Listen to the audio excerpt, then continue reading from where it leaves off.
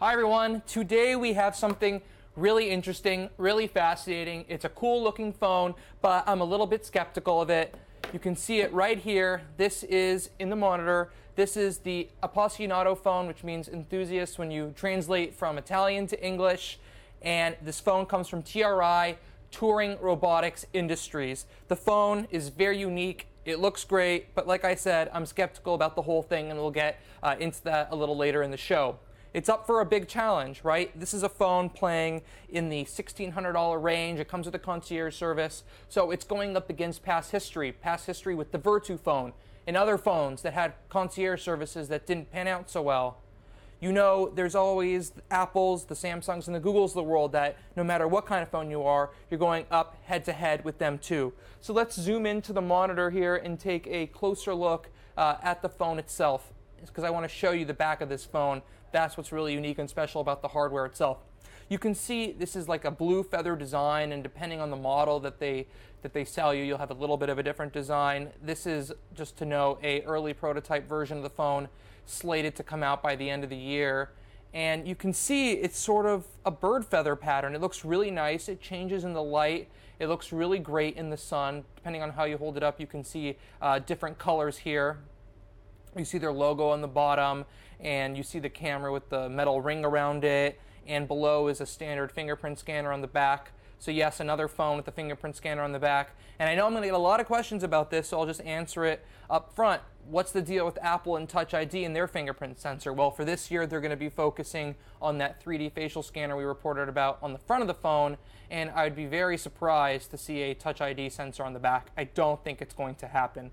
The facial recognition is going to be the focus, because the experience of having a fingerprint scanner on the back of the phone, you know, is sometimes difficult. It might be too big for you to be able to reach your hand behind there in order to scan the fingerprint sensor. It's a little bit cumbersome. Now, I want to talk a little bit about this metal that's around here too. And you can see the metal design around here. It's very shiny. It's very bright. Why is that? Well, it uses a material, according to the company, which is called liquid metal.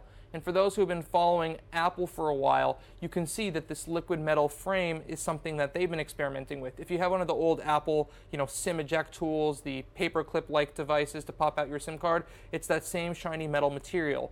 And it's made with a special manufacturing process to be this shiny. It involves, freezing metal from liquid. It's a very high-end material, and they say this is their own special alloy of liquid metal.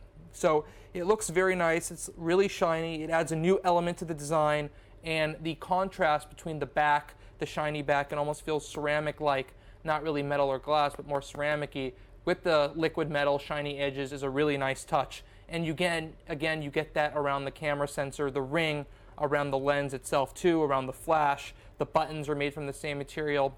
The buttons on this prototype device, are a little bit, difficult to tap, and they're sort of popping out a little bit. It's definitely not a manufactured finished phone, but it is there, and it's a good idea of what to expect from the phone down the road. And we'll get a little bit into the company's past history with a comparison between how their previously announced phones and what the actual shipping models turned out to look like. But I want to dive first a little bit into the operating system. You can press this button on the side to turn the phone on, and you can see it's a standard Android interface, but they have a skin, basically their own user interface design, their own wallpapers and icons on top to really, make the phone look more like theirs, the TRI design. And you can use your fingerprint to open the phone. It's actually pretty quick, but again, it's hit or miss, but obviously this is still an early design. And you can see the interface here. I'll put the phone down so we can take a look. You can see the icons. They're circular. It's their general interface, but it has the standard Android mechanics. So you can swipe down from the top. Well, I didn't mean to do that, but you can see this is the, the screen to change what apps you have on which pages. But if you scroll down from the top, you have the notifications panel, and you can get quick settings here. You can jump into more general settings with that button there. We have the standard control area that Android has on all phones. You have the Phone Guard app, which is an app that measures your phone security, your music app, your standard Google apps like the calendar, messaging, Google Chrome, and the phone. But the main feature here, the entree in terms of software and service for this phone, is something called the Sir Alan concierge, right? This concierge, you click this button right here, And Sir Alan is basically a concierge-like service. If you have an American Express card, or if you're familiar with the Virtu concierge service, it's pretty much similar. You can call in and you can ask the concierge for pretty much anything. I've tested the concierge in the past, but I think the best thing we can do right now, it'll be a little fun. Why don't we call the concierge service live? They say it's open 24 hours, so let's give them a call. I'll put it on speaker, and I'll repeat what they're saying so you can hear it more clearly, and we can talk to them and see what they have to say today. So let me put the volume up.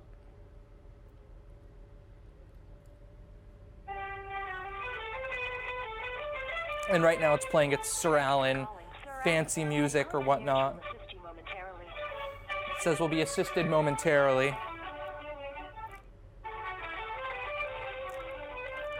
Last time I called, it took a couple minutes to answer. It's telling me now that it's going to be monitored for quality assurance. So let's see. Hopefully they answer shortly. But I'll note, last time I called them, I actually, as a joke, obviously. Oh, here they are answering. Good afternoon. Good afternoon. Is this Mr. Gurman? Yes. Hi. This is Mark. Hi. Hi. Welcome to Sir Alan Concierge. How are you? Hi. You're live on the Bloomberg Gadgets with Gurman Tech Product Show. Is that okay? Yeah, that sounds cool. Cool. Thanks for having us on the show. Yeah. Thanks for participating. So I wanted to order an airplane to Hawaii again. Remember we did that? I think that was with you last week, right? Right. So how much would it cost us to go to Hawaii tomorrow on a 767 private jet just for me? Well, I have to check the rate again. It was $385,000. $385,000. Friday. Right, and Yeah. that was a Friday. That was a Friday. And right, we have to take into consideration if there's repositioning costs and crew costs. And I won't be able to give you the quote right now on the telephone for the sake of the show. Sure. But I can send you a quote like we did last time. It's a matter of finding the available aircraft. Sure. So that is theoretically something that you would be able to do. We have done it. You have done it. We have done it. Yes. Okay. What are some other interesting, fun things that people have called into the concierge asking for? Oh gosh, that's a great one. Ferrari broke down outside of Ankara, Turkey, and the caller needed, it was about 2 in the morning, and he needed to talk to someone in English because he doesn't speak Turkish.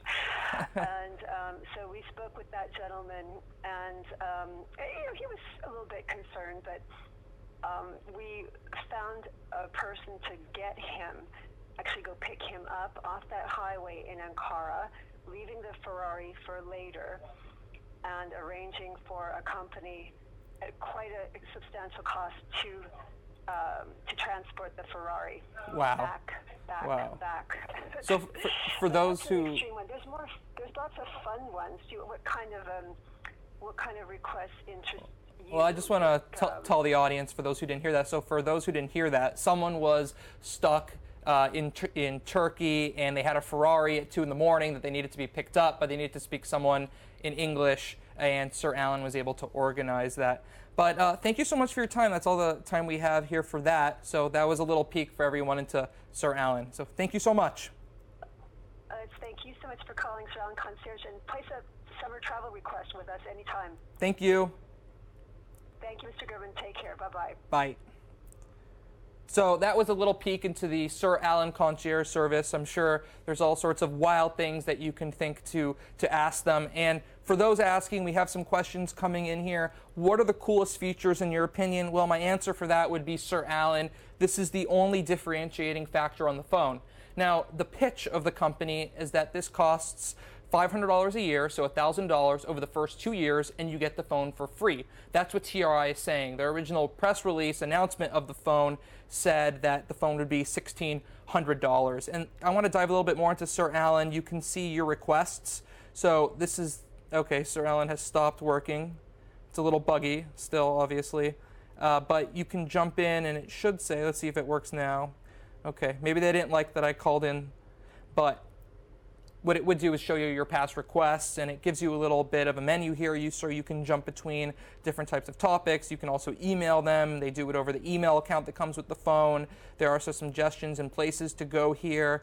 Another question coming in here is, how much is the phone? Yes, so it's $1,000, they say, for the first 2 years with the concierge service only. The phone itself, $1,600, but you can't buy it right now in general, but you won't be able to buy it at launch if it comes out, and we'll get a little bit into the why I say if later, for $1,600. Why is it so expensive? Because of the materials, the custom artwork on the back. You can see here this bird feather logo. It looks really nice. The liquid metal, the high-end steel and metal materials that's used, the sapphire crystal and whatnot. But yes, it's very expensive, and I don't really think people are going to want to spend that kind of money on a phone. If someone wants a concierge service for $500 a year, it could be compelling, right? But again, I'm a little bit skeptical of the whole thing, to be honest. And just because you're able to afford it, I don't think this is something you need. If you want those types of services, there's lower cost ways to do that, whether that's through a credit card or an app that you can get on an iPhone or a Samsung or a Pixel phone. Another question coming in here, and let's zoom out and take a look at the phone as well while we answer these questions. And the question coming in here, how's the video camera quality? Well, the video camera and the camera for taking still pictures, it's not finished yet, but there's some cool standard Android features in there. If you open it up, you can see it actually looks just like the iPhone interface for swiping between different photos. You have video, slow-mo, pano, and whatnot. And if you're familiar with the iOS 7 and forward camera application, this will look very familiar to you. And another person asking, I said it's buggy, how so? Well, it's buggy in the sense that this is still a prototype phone. The software sometimes crashes on you. It's hard to boot up. But this phone is not shipping for several months toward the end of the year. They told me November, December time frame before Christmas. So it's going to take a bit before the phone is up to par and not as buggy. Another question, do you think the name of the phone will appeal to U.S. buyers? That's a good question. I hadn't thought about that. I don't see why not. A lot of people like the cool European names on the phones. It's a cool thing these days.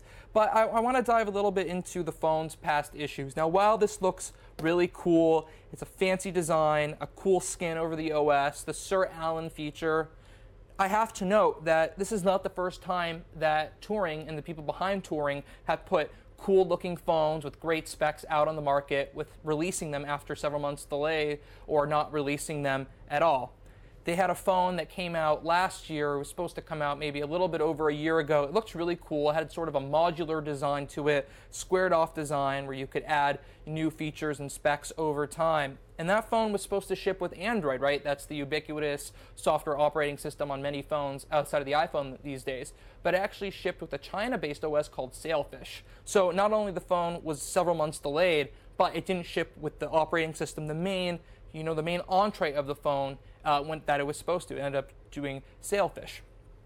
Another thing to note is that the company says this phone is designed in Finland. And you can see on the back, and let's zoom in here so you can take a look at the labeling on the back.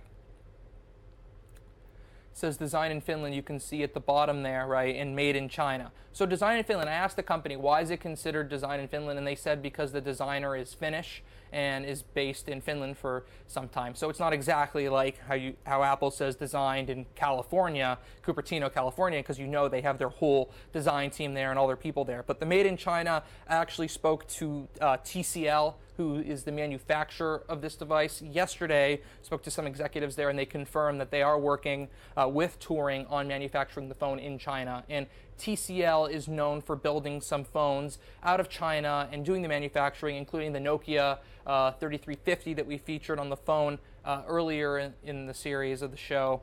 So they are known for manufacturing devices. They've done a good job with it, so maybe working with them will fix the past issues. And additionally, some people reached out after we started talking about this phone, and we were skeptical to say that they didn't receive the original phone in the end. But it seems like this company is turning things around, and they call this phone their comeback phone. And it seems like, or they say, they're ready to move on from their past issues and jump into something that actually works and will ship. So we'll see later this year if this phone ships on time. I hope it will. I'm really curious to see how many people buy this phone because of the concierge. I don't really see another reason to buy the phone. Maybe at some point they'll turn it into an app with their custom preferences and whatnot for other phones. Another question coming in here.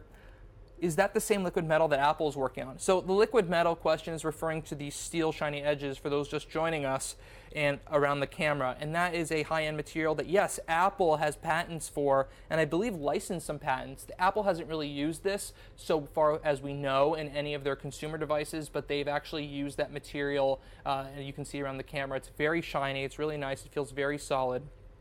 And they've used it on some things like the SIM eject tool that comes with the phone. Another question coming in here, and this is actually a really good question. How are people already using Sir Alan if the phone hasn't been released yet? Well, the way I believe these concierge services works, ranging from the credit card companies to different apps, is that a company is able to license an existing concierge service and pay them so when they know you're calling from a Sir Alan phone, that they answer the phone saying this is Sir Alan. So it's very possible that the concierge who we spoke to was referring to past instances of other people calling from other phones or other concierge services that tap into the same call center. Does that make sense? I think that's exactly what they're doing because, like you said, this is not out yet. I'm one of the first people to have these phones in our hands. In fact, I think we're the first to be actively testing it. Another question coming in here, how do you think Sir Alan will work when people start buying the phone and thousands of people are calling? Maybe that's optimistic that thousands of people will be calling into the Sir Alan service, but I assume if this thing takes off, they'll just adjust their call center preferences and hire more people for the Sir Alan part of the general concierge call center that Touring has hired or licensed out or contracted to work on this. Now I want to dive a little bit more into the interface and show you a few other things. So I'm going to unlock the phone again. Now you have this button on the side, and I haven't set this up yet, but if you hold down, it'll take you into Sir Alan, but I believe if you hold down even longer, or if you set it as your preference, you can get Google Assistant on here. So they're open to both. And Sir Alan doesn't have any AI in it. You can't use your voice or Google Assistant to control Sir Alan, but what you can do is get a software update when this phone comes out, if it comes out over time, and they'll integrate some new AI features into Google Assistant to handle Sir Alan. Another feature that Touring has really promoted on their past phones, the one that I talked about with the delays, the one that some people never received, is this encryption software that really secures the phone. So there's an app on here called Phone Guard, which tells you about viruses, if your phone is vulnerable or not. It shows you how much storage you've used, and for those asking storage on here, it says 106.6 gigabytes. So they'll probably label that as maybe 100 gigabytes, maybe a little bit more. It depends on the software installed. And this model has 6 gigabytes of RAM, rounds down to 5.6 gigabytes. Whenever you get a phone or an iPhone, the capacity listed on the box is not always the same as the capacity that it ships with, because the drive has to be formatted for the software and the apps and whatnot. Another feature, and some other Android phones have this as well, is Smart Boost. You click this button and it will close a bunch of apps and reset your RAM. I think it's sort of a placebo effect, to be honest. I haven't really noticed the difference when I've done this on other Android phones. And there's the Antivirus system here. You can scan your phone.